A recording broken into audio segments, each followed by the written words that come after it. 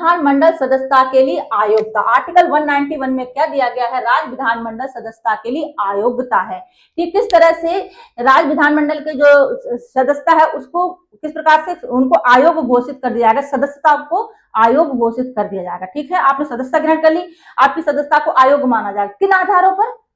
अगर आपने लाभ का पद धारण किया हो, ठीक है, और आपका लाभ का पद ऐसा हो जिसे गवर्नमेंट ने माना है कि ये लाभ का पद है। कैसे? देखिए, संसद ने संसद आयोग्यता निवारण अधिनियम 1959 में ऐसी कई सरकारी पदों की सूची जारी की जिनमें उन्हें लाभ के पद से बाहर रखा गया।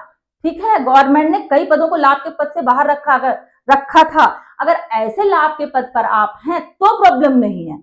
ठीक है, देखिए पढ़ लेते हैं। लाभ का पद धारण करना, यदि कोई व्यक्ति भारत सरकार या किसी राज्य सरकार के अधीन ऐसा कोई लाभ का पद रखता हो जिसमें वेतन भत्ते अन्य लाभ मिलते हो और उस पद पर बैठे रहने को राज्य विधानमंडल ने कानून द्वारा छूट से बाहर न रखा हो। ठीक है, छूट के बाहर न रखा हो मतलब गवर्नमेंट ने माना हो, ठीक है, कि लाभ का पद है, तब आपको की सदस्यता को आयोग घोषित करार कर दिया जाएगा। ठीक है, जिस सूची दी थी इस सूची से अगर आप बाहर रहते हैं, सूची के अंदर रहते हैं, लाभ का पद नहीं माना जाता है तो इट्स ओके, सदस्यता को आयोग घोषित नहीं करार कर दिया जाएगा। लेकिन अगर छूट से बाहर ना रखा हो तो फिर आयोग घोषित कर दिए जाएंगे। ठीक है, और कौन सा आधार है जिन पर सदस्यता को आयोग घोषित कर दिया जाता है? विकृत चित्त होना। यदि कोई व्यक्ति न्यायालय द्वारा पागल करार कर दिया जाता है, घोषित कर दिया जाता है, ऐसा नहीं कि हमने और आपने बोला कि ये पागल है तो उसकी सदस्यता को आयोग घोषित करार कर दिया जाएगा, नहीं,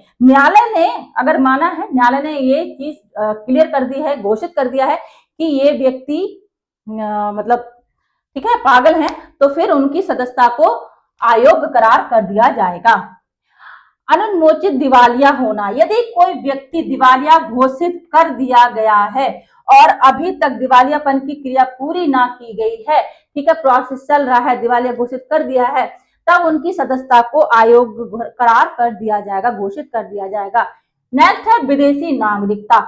यदि किसी व्यक्ति ने भारत की नागरिकता त्याग दी हो, स्वेच्छता से किसी और देश की नागरिकता ग्रहण कर ली हो, ठीक है, वह का नागरिक ना हो, ठीक है, तब है उनकी जो सदस्यता है वो आयोग करार कर दिया जाएगा। ठीक है, कानूनी आयोग्यता, इट्स वेरी इंपॉर्टेंट। देखिए, अगर देखिए जन प्रतिनिधित्व अधिनियम 1951 में अनेक अपराधों, भ्रष्टाचार, राजद्रोह, इस तरह के कई अपराध हैं, ठीक है, के लिए अवधि निर्धारित की गई कि दोष सिद्धि होने पर निर्दिष्ट समय के लिए आयोग करार कर दिया जाएगा सदस्यता को। तो फिर क्या है कानूनी आयोग्यता? क्या है? यदि उसे संसद द्वारा बनाए गए किसी कानून द्वारा आयोग घोषित कर दिया जाए। ठीक है, संसद ने कानून बनाए हैं, उसके आधार पर किसी सदस्य को आयोग घोषित करार कर दिया जाएगा, उसकी सदस्यता को राज्य विधानमंडल में। किस तरह के अपराध है लिस्ट दी गई है। जन प्रतिनिधित्व अधिनियम 1951 में अनेक अपराधों को इस मतलब कानून में रखा गया, भ्रष्टाचार, राजद्रोह के आदि के कई तरह के अपराध हैं, ठीक है, उनको लिस्ट रखी गई है। अगर उनमें कोई व्यक्ति आता है तो उनकी सदस्यता को आयोग करार कर दिया जाएगा। ठीक है, आया समझ में? नेक्स्ट देखते हैं। देखिए, और किस आधार पर व्यक्ति की सदस्यता को आयोग करार कर दिया जाएगा? देखिए, इसमें एक दल बदल हमने पढ़ा था। ठीक है, अगर कोई व्यक्ति अपनी पार्टी चेंज करता है, दल बदलता है, देखिए पढ़ लेते हैं। आर्टिकल 191 का क्लॉज 2 में दल बदल यानी त्याग पत्र और दल परिवर्तन संबंधी प्रावधान जोड़ा गया। 52 में संविधान संशोधन 1985 के तहत जोड़े गए 10वीं अनुसूची के अनुसार, ठीक है, 10वीं अनुसूची जोड़ी गई थी, उसके अनुसार यदि कोई व्यक्ति पार्टी छोड़ता है, दल बदलता है या पार्टी निर्देश का उल्लंघन करता है तो उसे विधायक पद से आयोग करार कर दिया जाएगा, उसकी सदस्यता को आयोग घोषित कर दिया जाएगा। ठीक है, देखिए एक केस था, सुप्रीम कोर्ट ने किहाटो होलोहान बनाम जाचिल्लू 1992, ठीक है, मामले में किहोटो होलोहान केस सभी ने सुना होगा। उस मामले में 10वीं अनुसूची की वैधता को मान्यता दी थी। ठीक है, केस हो गया था, इसको चुनौती दी गई थी। ठीक है, 10वीं अनुसूची की मान्यता को चुनौती दी गई थी। तो सुप्रीम कोर्ट ने क्या माना था, स्पष्ट कर दिया था ठीक है, मामले में 10वीं अनुसूची की वैधता को मान्यता दी और स्पष्ट किया कि विधायक को भ्रमपूर्ण दल परिवर्तन के लिए आयोग ठहराया जा सकता है। ठीक है, दल परिवर्तन अगर कोई करते हैं तो उनकी जो सदस्यता है उनको आयोग करार कर दिया जाएगा। ठीक है, सदस्यता को आयोगता उनकी घोषित कर दी जाएगी, उनकी सदस्यता को। आर्टिकल देखिए 191 हमने कंप्लीट किया। सदस्य जो सदस्य हैं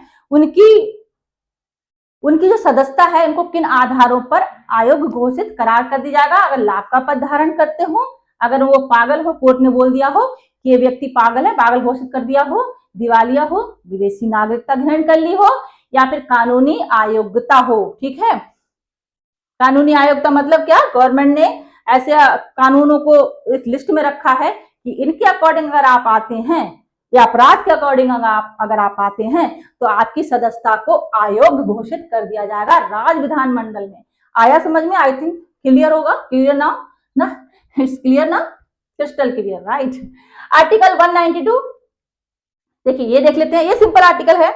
भारतीय संविधान के अनुच्छेद 192 में स्पष्ट किया गया है कि जब किसी राज्य विधानमंडल के सदस्य की आयोग्यता के संबंध में कोई प्रश्न उठता है, ठीक है, देखिए ऐसा मतलब आप चुनौती दे देते हैं, कोई प्रश्न ऐसा उठता है कि आपके राज्य विधानमंडल की सदस्यता की अयोग्यता पर प्रश्न उठता कि नहीं, इस आधार पर आयोग घोषित नहीं हो सकता, है ना, आप विरोध कर लेते हैं, आप मतलब बहस में आ जाते हैं कि नहीं इस आधार पर आयोग नहीं होगा, तब क्या होगा, तो उस प्रश्न को राज्यपाल के समक्ष भेजा जाएगा कि आप राज्यपाल बताएंगे अब कि आयोग है कि नहीं है, तब राज्यपाल का निर्णय अंतिम होगा।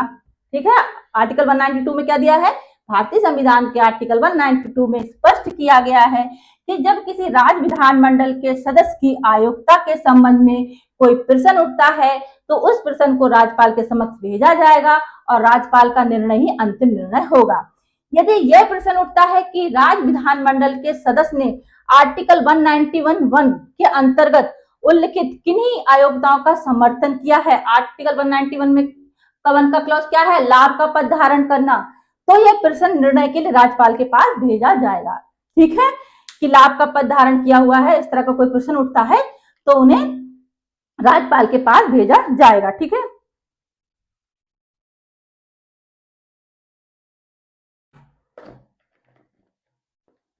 राइट। किसी ऐसे प्रश्नों का निर्णय देने से पूर्व राज्यपाल को निर्वाचन आयोग की राय प्राप्त करनी होगी, इसको विशेष ध्यान रखना। ठीक है, राज्यपाल को निर्वाचन आयोग की राय प्राप्त करनी होगी, ठीक है, कुछ निर्णय देने से पहले। ठीक है, इस प्रकार आर्टिकल 192 के दो उपदावों के अनुसार 191 आर्टिकल जो 192 पढ़ रहे हैं हम, उसमें दो देखिए क्या है इंपॉर्टेंट पॉइंट, निर्णय की अंतिम सत्ता राज्यपाल के पास है।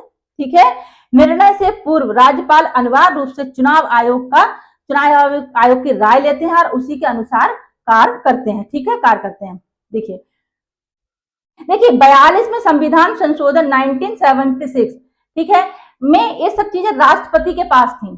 ठीक है, जो किसी भी व्यक्ति को राज्य विधानमंडल के सदस्य को अयोग्यता ठहराने का अगर प्रश्न था, पहले राष्ट्रपति के पास था। ठीक है, लेकिन 44 में संशोधन 1978 के बाद ये चीजें राज्यपाल के अंडर में आ गई, इसको विशेष ध्यान रखिएगा। पहले राष्ट्रपति के पास थी 42 में संविधान संशोधन के अकॉर्डिंग, फिर 44 में संविधान संशोधन के अकॉर्डिंग ये सब चीजें राज्यपाल के अंतर्गत आ गई कि किसी व्यक्ति को आयोग घोषित ठहराने के लिए राज्यपाल के पास जाना पड़ता है। आर्टिकल 191 का क्लॉज 1 लाभ का पद है कि नहीं है। ठीक है, अगर ऐसा कोई प्रश्न उठता है तो। ठीक है, अब हम नेक्स्ट वीडियो में मिलते हैं नेक्स्ट आर्टिकल के लिए। ठीक है,